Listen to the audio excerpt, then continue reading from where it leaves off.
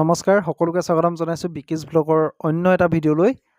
আজি বহুত দিনৰ পাছত আপোনালোকক পুনৰ এটা ভিডিঅ'ৰ যোগেদি আপোনালোকক অকণমান মানে দিহা পৰামৰ্শৰ লগতে অকণমান আপোনালোকক দেখুৱাই দিবলৈ চেষ্টা কৰিম। নতুনকৈ যিহেতু এজনী গাহৰি পোৱালি দিছে, গতিকে আপোনালোকক ধুনীয়াকৈ মই দেখুৱাই দিবলৈ চেষ্টা কৰিম। আপোনালোকে ভিডিঅ'টো প্ৰথমৰ পৰা শেষলৈকে চাই থাকক।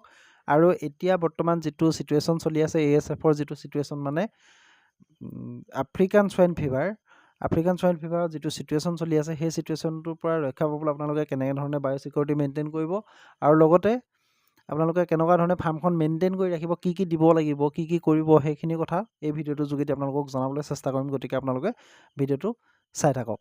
আৰু প্ৰথমতে কৈ থওঁ, যদি আপোনালোকে চেনেলটো এতিয়ালৈকে ছাবস্ক্ৰাইব কৰা নাই, অনুগ্ৰহ কৰি ছাবস্ক্ৰাইব কৰি ল'ব আৰু কাষত থকা বেল আইকনটো প্ৰেছ কৰি ল'ব আহিবলগীয়া ভিডিঅ'সমূহৰ কাৰণে। ব'লক তেতিয়া ভিডিঅ'টো আৰম্ভ কৰোঁ। এইটো হৈছে পুৰণাকৈ বনোৱা গঁৰাল। আগত যিখিনি আপোনালোকক এইটো ভিডিঅ'ৰ মই আগতে আপোনালোকক যথেষ্টখিনি ভিডিঅ' দিছোঁ।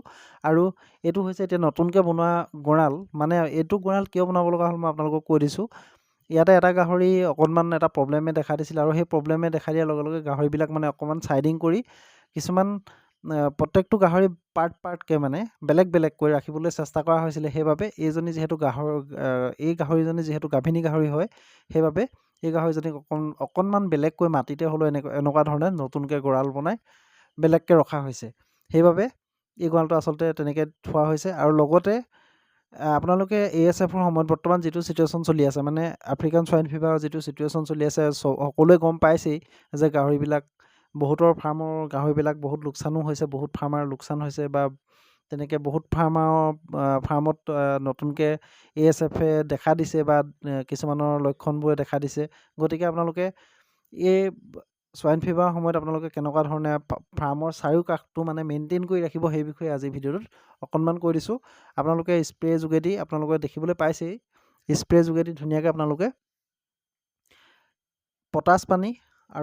পটাছ মানে গুলি লৈ যিটো পানী হ'ব, পানীও হ'ব, সেইটো ধুনীয়াকৈ চেকি আপোনালোকে স্প্ৰেত ভৰাই লগত ফেনাইল আৰু ব্লিচিং পাউডাৰ, এই তিনিটা বস্তু মিক্স কৰি ফাৰ্মৰ আশে-পাশে চাৰিওকাষে মানে আপোনালোকে ধুনীয়াকৈ দি ৰাখিব। তেতিয়া বীজাণুমুক্ত হৈ থাকিব ফাৰ্মখন।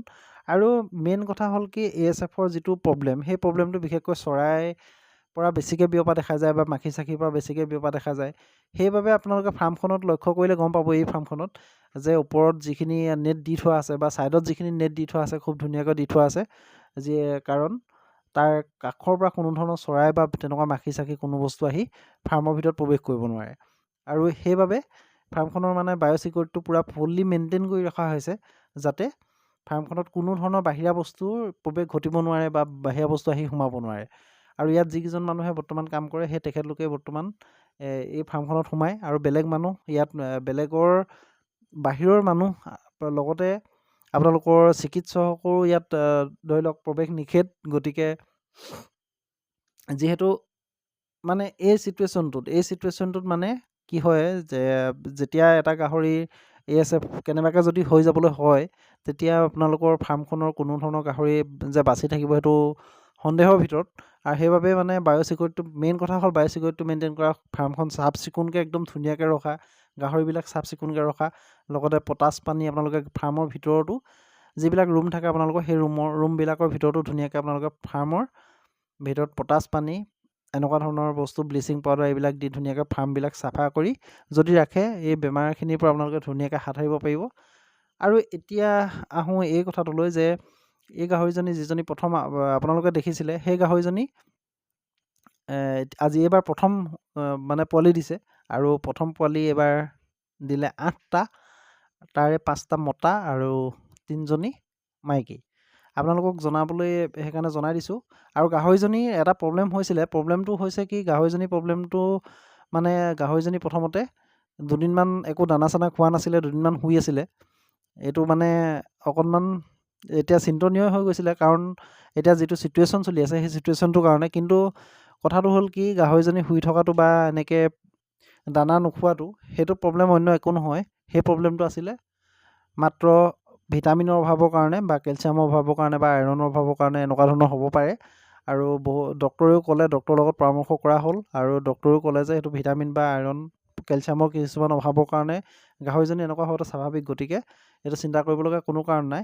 আৰু খুব সুন্দৰকৈ দানা পানী যেতিয়া আকৌ পুনৰ খাবলৈ আৰম্ভ কৰিছে গাহৰিজনীয়ে, আৰু বৰ্তমান গাহৰিজনী খুব সুস্থ অৱস্থাত আছে। সকলো গাহৰি পোৱালি বৰ্তমান সুস্থ অৱস্থাতে আছে। আপোনালোকে দেখিছে গাহৰি পোৱালিখিনি, ধুনীয়া ধুনীয়া গাহৰি পোৱালিখিনি। প্ৰায় ইয়াত 8টা পোৱালি আছে, 5টা মতা আৰু 3জনী মাইকী গাহৰি। আৰু খুব সুন্দৰভাৱে প্ৰতিপালন কৰি থকাৰ বাবে আজি গাহৰিজনী খুব সুস্থ অৱস্থাতে আছে বুলি ক'ব লাগিব। আৰু ভিটামিনটো কি কাৰণত কমি গৈছিলে সেইটো জানিব পৰা হোৱা নাই এতিয়ালৈকে। আৰু তাৰ আগত হয়তো গাহৰিজনী গাভিনী হৈ থকা অৱস্থাত কিবা ভিটামিন এনেকৈ কম পৰিমাণে পাবও পাৰে, বা কিছুমান খাদ্যৰ কথাও আছে বহুতখিনি, আৰু সেই খাদ্য খোৱাৰ ক্ষেত্ৰতো অকণমান কিবা বিজুতি হ'ব পাৰে, সেইবাবে ভিটামিনখিনি কমি যাব পাৰে। আৰু সেইবাবে আপোনালোকেও ফাৰ্মত যদি আপোনালোকৰ কেনেকুৱা গাভিনী গাহৰি থাকে, আপোনালোকে গাহৰিজনী ভিটামিনৰ ওপৰত গুৰুত্ব দিয়ক। আৰু সেইবাবে আপোনালোকে খুব ধুনীয়াকৈ গাভিনী গাহৰিজনী যিখিনি যতন ল'ব লাগে, গাভিনী গাহৰিজনী যিখিনি যতন ল'ব লাগে, যিটো দানা খুৱাব লাগে বা যেনেকৈ আপোনালোকে প্ৰতিপাল কৰিব লাগে, সেইখিনি কণ্টিনিউ কৰি যাওক।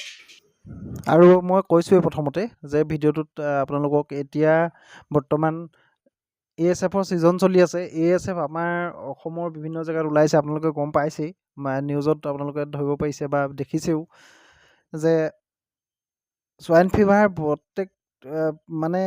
প্ৰত্যেকখন জিলাতে সোৱাইন ফিভাৰে দেখা দিছে, আৰু গাহৰিবিলাক মৃত্যুমুখত পৰিছে। সেইবাবে আপোনালোকে খুব সাৱধানে এতিয়া গাহৰি পালনৰ ক্ষেত্ৰত আপোনালোকে খুব সাৱধানে আগবাঢ়িব লাগিব, আৰু খুব আপোনালোকে নিজে চাই চিতি খুব ধুনীয়াকৈ আপোনালোকে সাৱধানে আগবাঢ়ক, আৰু তেতিয়া আপোনালোক বিফলো নহয়, আৰু আপোনালোকৰ কেতিয়াও লষ্ট হ'ব নোৱাৰে এই কণ্ডিশ্যনটোত আৰু আপোনালোকে যদি এতিয়া নতুনকৈ ফাৰ্ম খুলিম বুলি ভাবিছে, তেতিয়া অন্ততঃ 2দিনমান ৰৈ পেলাই খুলিবলৈ অনুৰোধ কৰিছোঁ, যাতে আপোনালোকৰ ASFটো যিটো চলি আছে, সোৱাইন ফিভাৰ ছিজনটো যোৱাৰ পাছত পুনৰ আপোনালোকে ফাৰ্মৰ কামবিলাক আৰম্ভ কৰিব পাৰে, বা ফাৰ্ম বঢ়োৱাৰ কথা চিন্তা কৰিব পাৰে, বা নতুনকৈ ফাৰ্মৰ খোলাৰ কথা চিন্তা কৰিব পাৰে।